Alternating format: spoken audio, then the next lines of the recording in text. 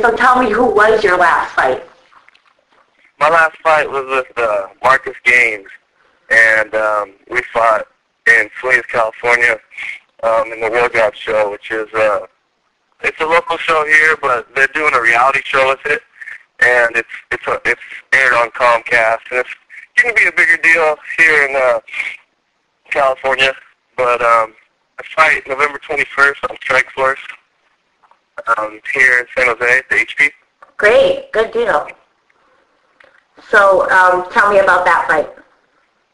Okay, well, I trained here at AKA in San Jose, and one of our partners, Nate Moore, was getting ready to fight. And in training, he actually suffered a knockout by Trevor Crangley, and so they needed somebody to fill in last second. So it took it about 3 days' notice. Jumped in there, had no clue what Marcus was about. I knew he was a seasoned fighter. He had like 15 fights. And just went out there, 25 seconds, knocked him out. Got in and got out real quick. So it was pretty nice going in there on short notice and cutting all the weight to not have a real tough fight. Now, tell me more about where you're training at. I train at American Kickboxing Academy in San Jose. Javier Mendez and Bob Cook. Pretty well-known camp, especially in California. We just had a teammate fight in the UFC, Josh Koscheck. I'm sure everybody watched that fight. Sure did. But it's probably one of the most well-known camps right now in the U.S. So it's a tough training camp, and you can't get any more ready for a fight than here. Exactly. I want you to tell me a little bit more about that. I can spit out the word training. Sounds so easy, but hell no. It's so much more than that. Can you tell me what you have to put in? What is training? Yeah, actually, I'm at the gym right now, getting ready to do jiu-jitsu with Dave Camarillo. I'm sure everybody that does jiu-jitsu knows Dave Camarillo, so at 10:30 we'll do jiu-jitsu until 12. As soon as jiu-jitsu is over, you take the gi off, and then it's time to spar. We'll spar from 12 to 2, and so that's putting in 5-minute rounds, somebody fresh every time. And when you're sparring 5-minute rounds with somebody fresh at AKA, I mean, you don't have an easy round ever.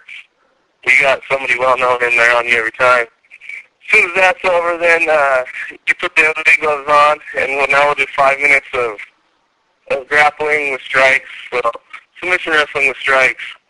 And again, you got somebody new on you every time, so it's going through hell.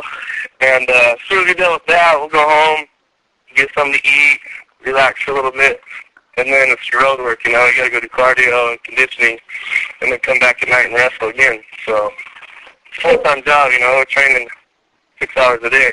Right, and you do that 6 days a week? 6 days a week. Take Sunday off. Saturday's the easier day. So just a lot of cardio, let your body recover. By the time Friday comes, you're so beat up and ready for a day off. It's ridiculous. But. Right. So where do you get the dedication from? Gotta eat. You know, I work at LA Boxing. I'm a trainer at LA Boxing, but that's only a part-time gig, you know, just for some extra money. And so really, I live in an RV right now, to be honest with you, in a parking lot. And so every day I wake up in that RV in the parking lot, I know that it's time to go to work, and after the fight's over, I need to get paid and get the hell out of that RV. Sometimes I want to move to my RV and just follow the UFC clan around. Not that clever. So, is there anybody that you're looking to call out?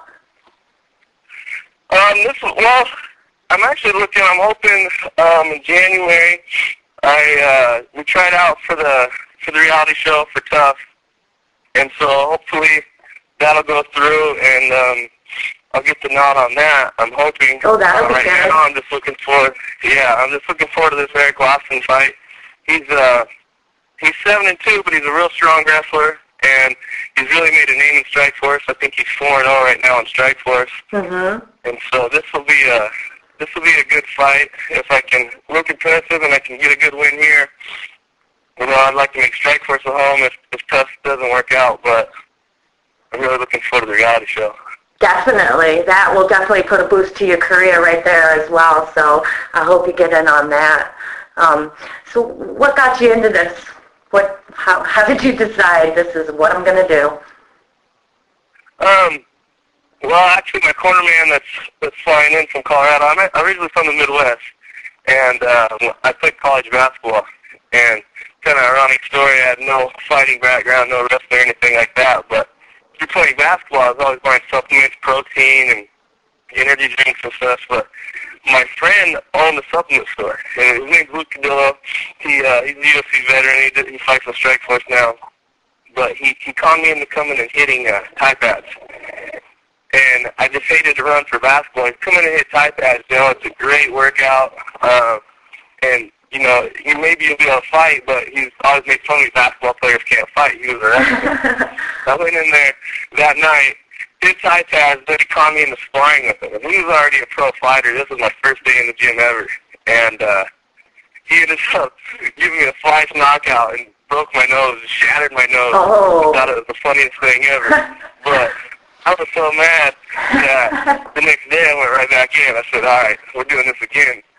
And I just kept going in, and it was the craziest rush I'd ever had because I didn't really, I'm a nice guy. I don't get street fights. I got a college degree. I wasn't that type of guy, So we kept doing it, and then they called me, and they were like, hey, man, do you want to fight on Friday? And it was a Wednesday. And I was setting my beer down. I was in college. I was like, yeah, why not?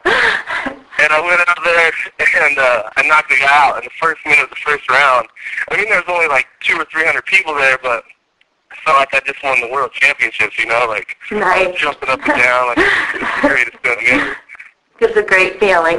Good. Yeah, ever since then, I just, I couldn't stop. I've been all over the United States fighting now. I fought Muay Thai for 6 years. Well, that took me all over the place, so then I made the transition to MMA, and it's been going real good. Right. So can you imagine doing something different? Isn't it great that this has come about so that you can, use your talent and do this kind of work compared to something else you might be doing? Yeah. Like I said, I have my college degree, and so when I graduated, I did what my parents wanted me to do, and I moved out here to California, and I got a real job. I worked 9 to 5 for about 3 months, and then I said, all right, no more of that. I'm fighting, So what do your parents think now? What's their attitude now?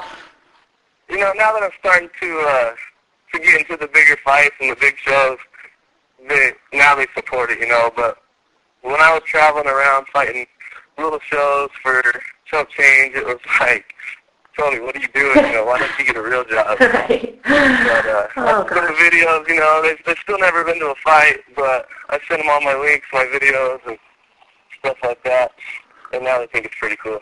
Well, Anthony, I'm definitely looking forward to that Strikeforce fight. I don't miss any Strikeforce fights, so I'm sure I'll get to see it. What would you like to say to your fans to wrap up our interview? I'd like to tell them to check out the webpage on Hit 'em Up Fighter /Tony, and then check out my MySpace too. URL is Tony Johnson MMA. I got my sponsors on there: Guard Your Grill, Hit 'em Up, Tim's Nightclub.